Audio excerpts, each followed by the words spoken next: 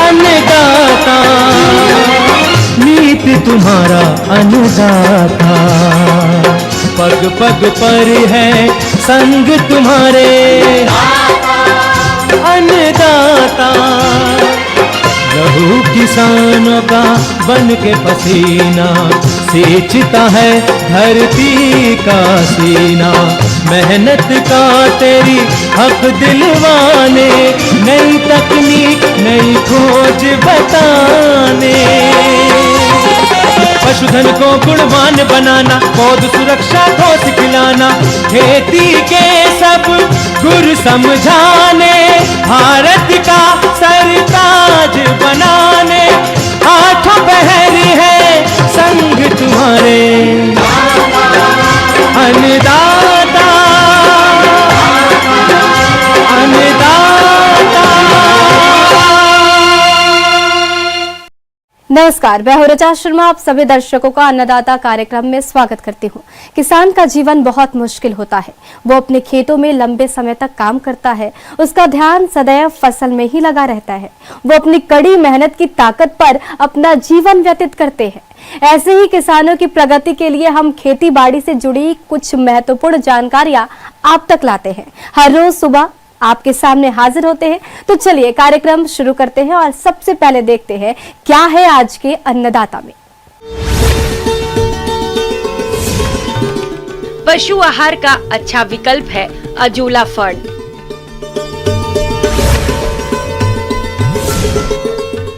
कैसे ले प्याज की फसल से अधिक उत्पादन। अपने राज्य में बहुत से किसान खेती के साथ साथ पशुपालन करते हैं, लेकिन पशुपालकों के सामने आहार की समस्या बनी रहती है, चाहे हरे चारे की हो या फिर दाने बाटे की हो। तो क्या है इस समस्या का समाधान? जी हाँ, यदि आप अजोला लगाकर पशुओं को खिलाते हैं तो इस तरह की समस्या से बच सकते हैं। तो आप अजोला को अपने स्तर पर किस प्रकार से तैयार करें, इस बारे में जानकारी दे रहे हैं कृषि विज्ञान केंद्र अजमेर के विषय विशेषज्ञ डॉक्टर रमाकांत शर्मा।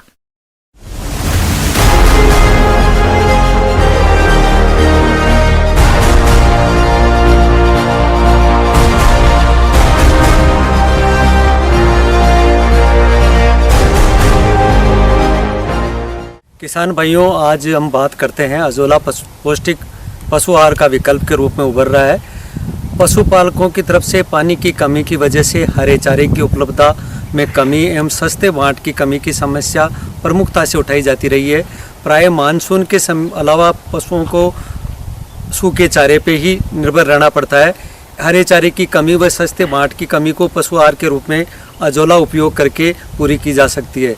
रिजका व संकर नेपियर घास की तुलना में अजोला में 4 से 5 गुना तक उच्च गुणवत्ता युक्त प्रोटीन प्राप्त होती है। अजोला की पशु आहार के रूप में उपयोगिता को ध्यान में रखते हुए अजोला को जादुई फर्न या सर्वोत्तम पादप हरा सोना के नाम से भी जाना जाता है। अब कई बार किसान लोग इसको पशुओं के लिए च्यवनप्राश की संज्ञा भी देते हैं। अजोला पशुओं के लिए एक पौष्टिक, सस्ता और उत्तम आहार है। किसान यदि अपने पशुओं को अजोला खिलाता है तो पशुओं का स्वास्थ्य तो अच्छा रहता ही है, साथ ही दूध उत्पादन में भी बढ़ोतरी देखी गई है। इन सब लाभों को देखते हुए जो किसान अजोला की यूनिट लगवाना चाहते हैं तो आप आसानी से अजोला के लिए अपनी सुविधा के अनुसार क्यारियां बना सकते हैं और अपने पशुओं के लिए अजोला तैयार कर सकते हैं। अजोला क्या है? अजोला एक जल सतह पर मुक्त रूप से तैरने वाली जलीय फर्न है। ये छोटी छोटी पत्तियों के रूप में गूंथी हुई पानी पर हरे चादर की तरह नजर आती है। इसकी 3 से 4 सेंटीमीटर लंबी जड़ें पानी में तैरती रहती है। सामान्य अवस्था में अजोला 3 दिन में दुगना हो जाता है। हम बात करें अजोला के गुण के में तो ये जल में तीव्र गति से बढ़वार करती है। इसमें प्रोटीन, आवश्यक अमीनो एसिड, विटामिन B12 तथा बीटा कैरोटीन, विकासवर्धक सहायक तत्व एवं कैल्शियम, फास्फोरस, पोटेशियम, लोहा, मैग्नीशियम, तांबा भरपूर मात्रा में उपलब्ध रहता है।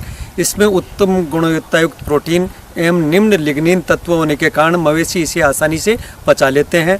इसकी उत्पादन लागत काफ़ी कम है। सामान्य अवस्था में ये पेड़ 3 से 4 दिन में दुगनी हो जाती है।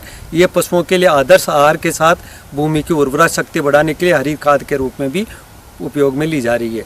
किसी छायादार स्थान पर 6 मीटर लंबी एवं 1 मीटर चौड़ी और 0.3 मीटर यानी 1 फीट के करीब लगभग आकार की एक क्यारी बनाएं। क्यारी में 200 माइक्रोन की सुल्फुरिन शीट को बिछाकर ऊपर के किनारों पर मिट्टी का लेप लगा दें। सुल्फुरिन शीट की जगह हम बिछाने की जगह पशुपालक पक्का खेली का निर्माण या क्यारी तैयार कर सकते हैं।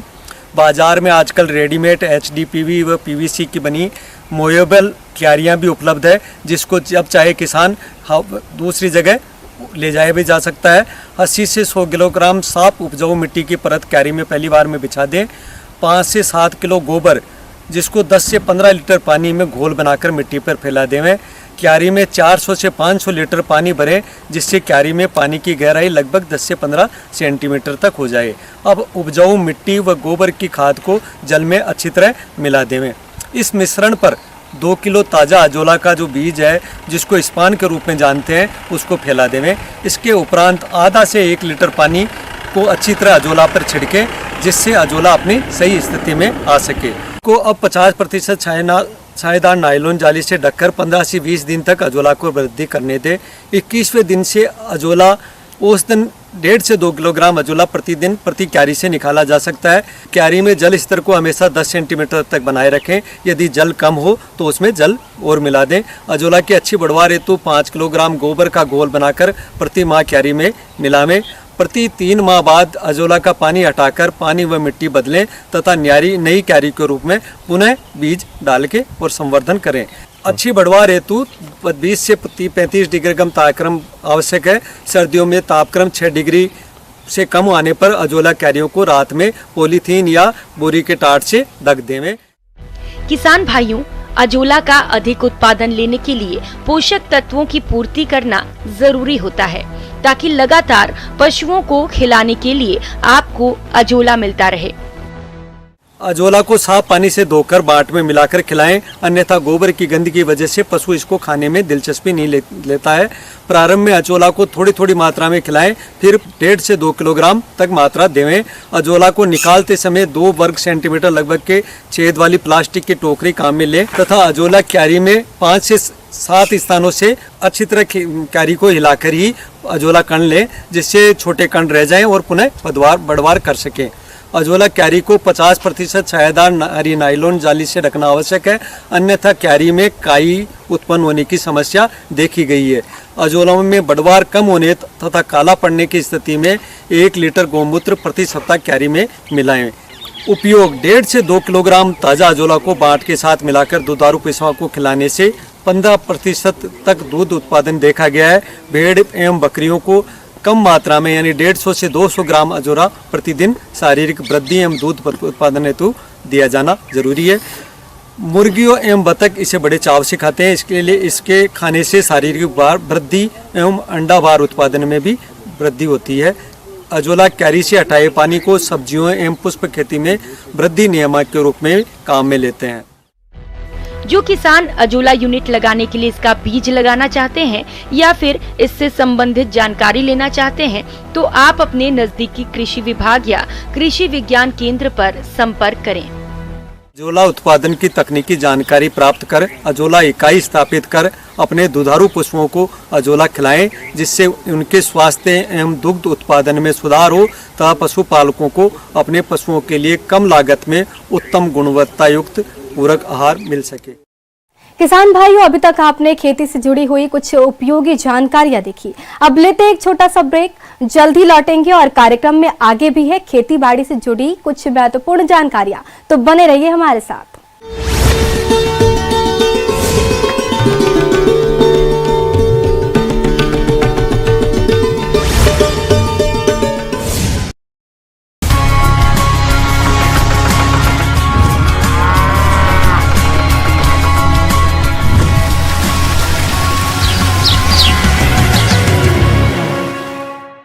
ब्रेक के बाद आप सभी दर्शकों का अन्नदाता में स्वागत है। चलिए अब रुक करते हैं अगली कड़ी की ओर।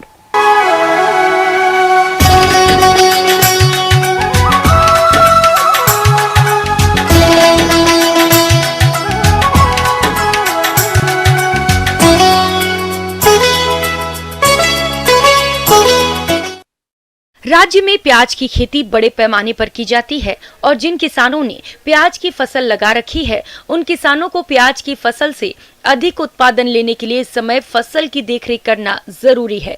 तो प्याज की फसल में इस समय कौन कौन से कार्यों को करें, आइए जानते हैं विषय विशेषज्ञ प्रवीण साहू से।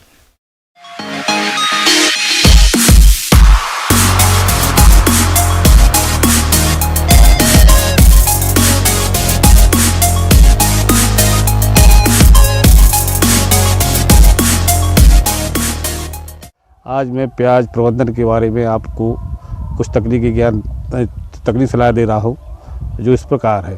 पहले जिन किसान भाइयों ने जो अभी प्याज का रोपण कर दिया है और 40 से 50 दिन की फसल हो चुकी है, या जो किसान भाई प्याज अभी लगा रहे हैं, रोपण कर रहे हैं, तो उनके लिए कुछ खतवार प्रबंधन में खतवार कोई भी फसल हो जिसमें अनुवांछित पौधे जो अपन मुख्य फसल लगा रहे हैं उसमें जो उगाते हैं, तो उसको खरपतवार कहते हैं। खरपतवार जो नियंत्रण जो है इसमें विशेष महत्व है। खरपतवार जो है फसल की उत्पाद पे बहुत नुकसान पहुंचाते हैं। कभी कभी 100% खरपतवार से नुकसान हो जाता है। आप अपनी सुविधा अनुसार उसमें जो है यांत्रिक विधि से या अपने खुरपी से किसान भाई उसको निकाल सकते हैं। फसल में जो उत्पादन में सिंचाई का विशेष महत्व है। सिंचाई भी जो है मिट्टी के प्रकार के अनुसार निर्भर करता है कि मिट्टी हल्की है या हेवी सॉइल है। तो उसमें अगर मिट्टी हल्की है तो आप 8 से 10 दिन में सिंचाई करें, तो और जो अगर भारी मिट्टी है तो 12 से 15 दिन में सिंचाई कर सकते हैं। और प्याज की फसल में कम से कम जो है हेवी सॉइल में जो है 8 सिंचाई करना पड़ती हैं, और इसमें जो है 8 से 10 सिंचाई जो उसमें हल्की मिट्टी में करती है। तो सिंचाई में जो है, जो कि प्याज एक जो सल फसल है, इसमें क्रांतिकारी अवस्थाएं होती हैं, तो इसमें विशेष रूप से लेट नहीं होना चाहिए, क्योंकि इसमें जो सल का निर्माण होता है और प्याज लेट होने से सल फट जाते हैं, इससे 2 फाड़ हो जाते हैं प्याज में। तो प्याज के लिए विशेष महत्व से सिंचाई का महत्व है कि आप समय समय पर सिंचाई करें, प्रबंधन करें। अब इसके बाद में आता है खाद प्रबंध, खाद और उर्वरक प्रबंधन। तो खाद रोपण करते समय अपन जो है खाद पूरी मात्रा इसकी फास्फोरस की और पोटास की मात्रा और नाइट्रोजन की 1/3 माह पहले पूर्व में अपन खेत की तैयारी के समय फूल कर चुके हैं। अब सेकंड स्टेज में जो अपनी शेष मात्रा यूरिया की रहती है, उसके लिए आप जो है निदाई गुड़ाई करके जो नाइट्रोजन की शेष मात्रा है उसकी 1/3 भाग जो सिंचाई के बाद में उसका यूरिया का छिड़काव करेंगे, नाइट्रोजन का छिड़काव करेंगे। प्याज की फसल जो है अंतिम 2 सिंचाई के पहले भी और जो शेष नाइट्रोजन की मात्रा है वो उसमें अपन उपयोग कर सकते हैं।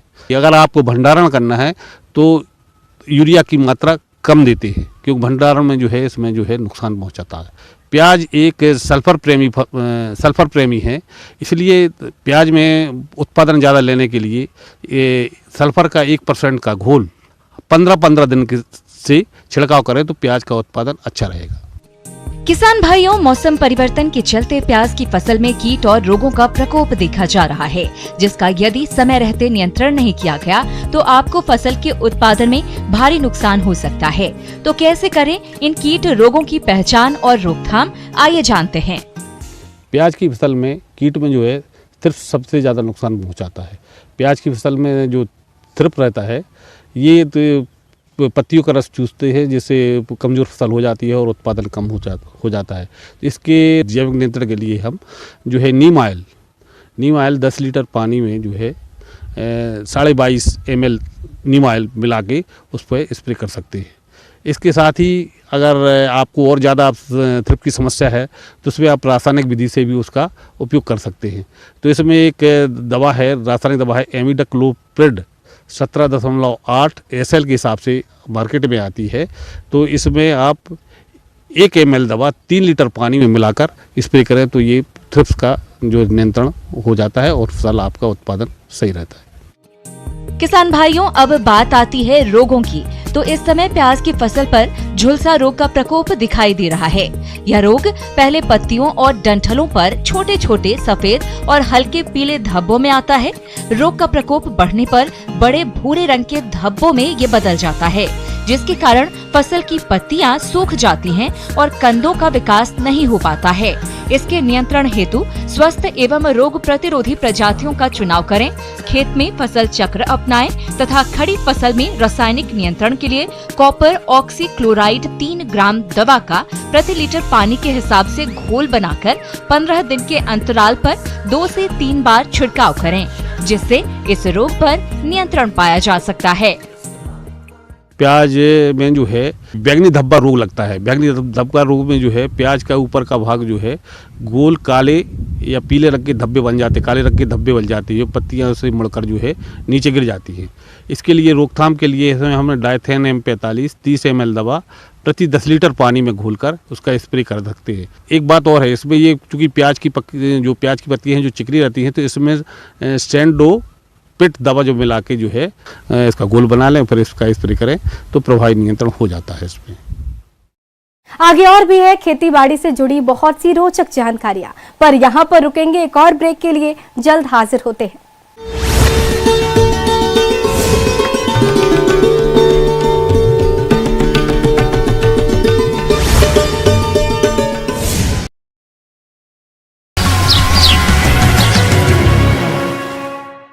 ब्रेक के बाद एक बार फिर से आप सभी दर्शकों का अन्नदाता कार्यक्रम में स्वागत है। बढ़ते हैं अगली प्रस्तुति की ओर।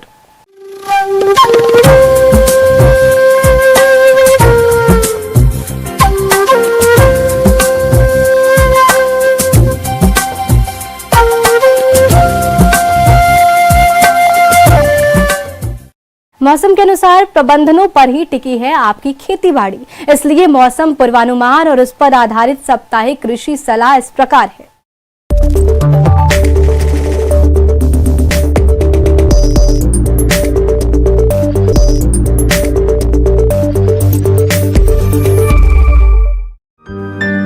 ग्रामीण कृषि मौसम सेवा एवं भारत मौसम विज्ञान विभाग राजस्थान द्वारा भेजे गए मौसम पूर्वानुमान रिपोर्ट के आधार पर किसान भाइयों को सलाह दी जाती है कि कोरोना के गंभीर फैलाव को देखते हुए किसान भाई सरकार की सलाह का सख्ती से पालन करें और स्वयं की उचित देखभाल, व्यक्तिगत स्वच्छता, मास्क का उपयोग, साबुन से उचित अंतराल पर हाथ धोने तथा एक दूसरे से सामाजिक दूरी बनाए रखने पर विशेष ध्यान दें। मेथी में मोइला कीट का प्रकोप दिखाई देने पर थायोमिथोक्जाम 25 WG 1 ग्राम दवा 3 लीटर पानी की दर से घोल बनाकर छिड़काव करें। किसानों को सलाह है कि सरसों की फसल में चेपा कीट की निरंतर निगरानी करते रहें।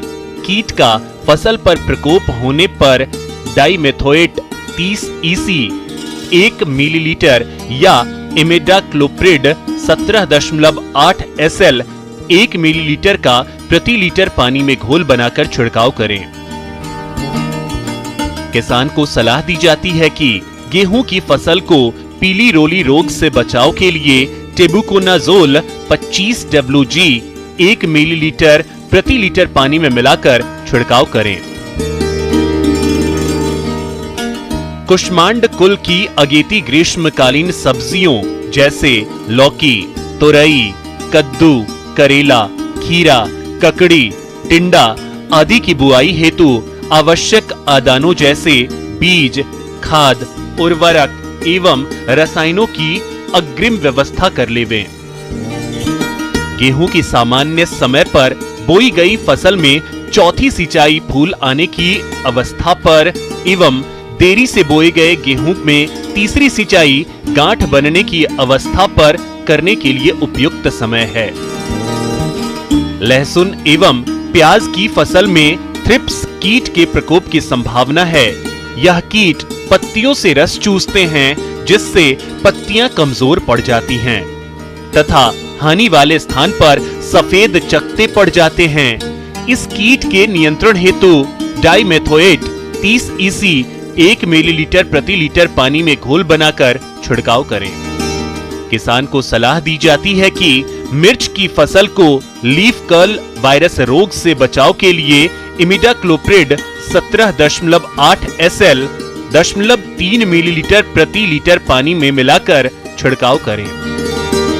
बैंगन की फसल में रस चूसने वाले कीटों की रोकथाम के लिए किसान लगातार अपने खेतों की निगरानी करते रहें। जरूरत के अनुसार इमिडाक्लोप्रिड 17.8 SL 1 मिलीलीटर या डाइमेथोएट 30 EC 1 मिलीलीटर प्रति लीटर पानी में घोल बनाकर छिड़काव करें। मटर की फसल में फली छेदक लट का प्रकोप दिखाई देने पर एसीफेट 75 SP 1.5 ग्राम का प्रति लीटर पानी में घोल बनाकर छिड़काव करें। चने की फसल में फली छेदक कीट की रोकथाम हेतु मेलाथियान 2% या क्यूनालफॉस 1.5% चूर्ण 20 से 25 किलोग्राम प्रति हेक्टेयर की दर से भुरकें। किसानों को सलाह दी जाती है कि वे रात में और जल्दी सुबह पशुओं को पशुशाला में रखें और उन्हें स्वस्थ रखने के लिए 50 ग्राम आयोडीन युक्त नमक या 50 से 100 ग्राम खनिज मिश्रण प्रतिदिन फीड और हरे चारे के साथ दें।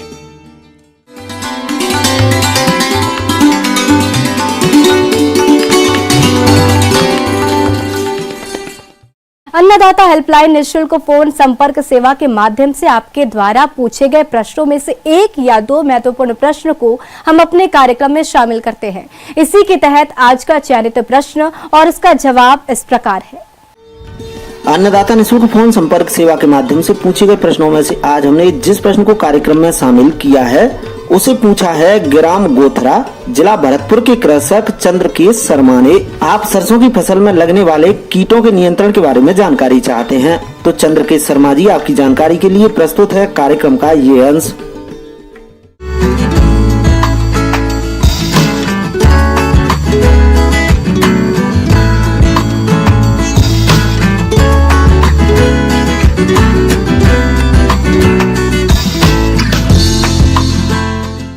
किसान भाइयों, आज हम बात करेंगे सरसों की, जो राजस्थान के साथ साथ पूरे भारतवर्ष में उगाई जाती है।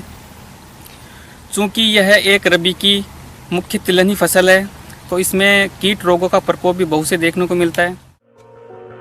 सरसों की खेती हमारे प्रदेश में बड़े पैमाने पर किसान करते हैं और जब फसल बढ़ने लगती है तो इसमें कुछ कीटों का प्रकोप होता है जिनका समय पर सही पहचान करके यदि नियंत्रण नहीं किया गया तो फसल को काफी नुकसान होता है और यदि समय रहते नियंत्रण कर लिया गया तो फसल से अच्छी पैदावार मिलती है। तो चलिए जानते हैं सरसों में लगने वाले कीट और रोगों की पहचान और नियंत्रण के उपायों के बारे में।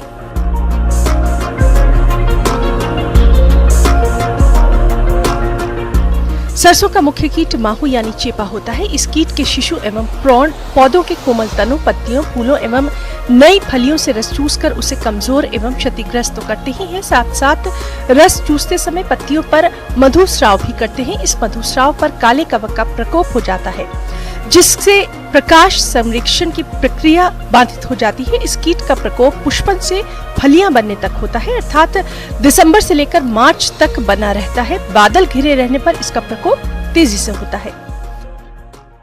इस महीने में थोड़ी बादलवाई रहती है, वह एफिड का प्रकोप बहुत होता है। एफिड का प्रकोप से हमें बचने के लिए जो कुछ अपने केमिकल्स है, जैसे इमिडाक्लोप्राइड 1 ml प्रति 3 लीटर, थायोमिथोक्साम, मोनोक्रोटोफॉस 2 ml प्रति लीटर के हिसाब से इसका अपने खड़ी फसल में स्प्रे कर सकते हैं। 1 बीघा के लिए 250 से 300 लीटर अपने पानी काम में ले सकते हैं। जो किसान भाई जैविक खेती करते हैं वो एफिड के नियंत्रण के लिए 2% नीम के तेल को 0.1% तरल साबुन के घोल में मिलाकर खड़ी फसल में इसका स्प्रे करें। किसान भाइयों, कीटों के बाद हम बात करें इनके रोगों के बारे में तो सरसों के प्रमुख रोगों में हम देखा जाए तो सफ़ेद रोगी जिसे हम वाइट रस्ट भी बोलते हैं, झुलसा रोग और छाछा रोग जिसे पाउडरी मिल्ड्यू भी बोलते हैं। सबसे पहले बात करते हैं अपन सफ़ेद रोली की, जिसे वाइट रस्ट भी बोला जाता है।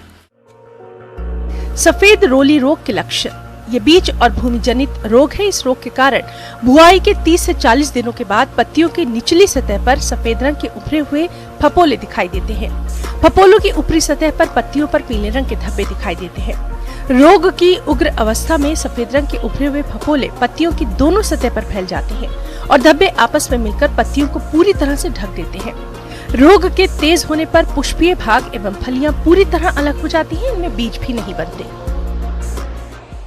सरसों की बिजाई 20 अक्टूबर से पहले करने पर इस रोग का आक्रमण प्राय कम देखने को मिलता है। फिर भी अगर फसल की बुआई के 50 या 60 दिन बाद बीमारी के प्रथम लक्षण देखते प्रथम छिड़काव मेटालेक्सिल 0.2% 2 ग्राम प्रति लीटर पानी की दर का घोल बनाकर छिड़काव करें। वह 15 दिन के अंतर पर दूसरा छिड़काव मेटालेक्सिल 4% प्लस मैनकोजेब 64% 68 WP का 0.2% घोल बनाकर छिड़काव करें। किसान भाइयों, किसी रोग का सही निदान तभी संभव है जब हम उसकी सही पहचान कर लेंगे। तो चलिए जानते हैं झुलसा रोग की पहचान के बारे में। इसके लक्षण पहले पौधे की पुरानी पत्तियों की निचली सतह पर भूरे धब्बे के रूप में देखने को मिलते हैं और उसके बाद ये धब्बे काले गोल टारगेट बोर्ड जैसी संरचना के हो जाते हैं। इसके चारों तरफ पीला आवरण बन जाता है। बाद में ये धब्बे जल जाते हैं, पत्तियां गिर जाती हैं, तनों और फली पर भी इसके धब्बे दिखते हैं और फली के दाने सिकुड़ जाते हैं, पैदावार कम हो जाती है। जो इसका अगला प्रमुख रोग है वो है झुलसा रोग। इस रोग के लक्षण दिखाई देते ही मैनकोजेब 75 WP या कॉपर ऑक्सी क्लोराइड या जाइनेब का 2 ग्राम प्रति लीटर पानी की दर से घोल का छिड़काव करें। अगले रोग के बारे में बात करें तो अगला रोग आता है छाछा रोग, जिसे हम पाउडरी मिल्ड्यू भी कहते हैं। पाउडरी मिल्ड्यू प्रायः अपन ये लीफ में देखा जाता है, जो इसकी ऊपरी व निचली सतह पे एक सफेद सफेद सा पाउडर अपने को देखने को मिलता है। व्हाइट रस्ट और पाउडरी मिल्ड्यू में एक जो फर्क है वो है कि व्हाइट रस्ट जो होते हैं वो तने पे या पत्तियों पे फफोले टाइप में नुमा होते हैं, और जो अपना पाउडरी मिल्ड्यू होगा वो बिल्कुल पाउडर फॉर्म में अपनी ऊपरी और निचली पत्ती में पाया जाएगा। इस रोग के लक्षण दिखाई देने पर डाइनोकेप 0.1% घोल का या सल्फर डस्ट 5 किलोग्राम या घुलनशील गंधक 0.2% प्रति बीघा के हिसाब से प्रयोग करें। किसान भाइयों, अन्नदाता आपकी सेवा के लिए संकल्परत है। कृषि संबंधित समस्या और सुझावों के लिए आप हमें इस पते पर संपर्क भी कर सकते हैं। प्रोड्यूसर अन्नदाता, news 18 Rajasthan, Ramoji film city, Hyderabad 501512। साथ ही आप हमें ईमेल भी कर सकते हैं। हमारा ईमेल है p18annadatha@nw18.com। इसके अतिरिक्त आप हमें निःशुल्क हेल्पलाइन नंबर 180088921663 पर सोमवार से शनिवार सुबह 10 से शाम 4 बजे के बीच संपर्क कर सकते हैं। किसान भाइयों, अब समय हो रहा है आपसे विदा लेने का, तो हमारी अन्नदाता टीम को दीजिए इजाजत। कल फिर आपसे होगी मुलाकात कृषि संबंधित कुछ और महत्वपूर्ण जानकारियों के साथ। नमस्कार।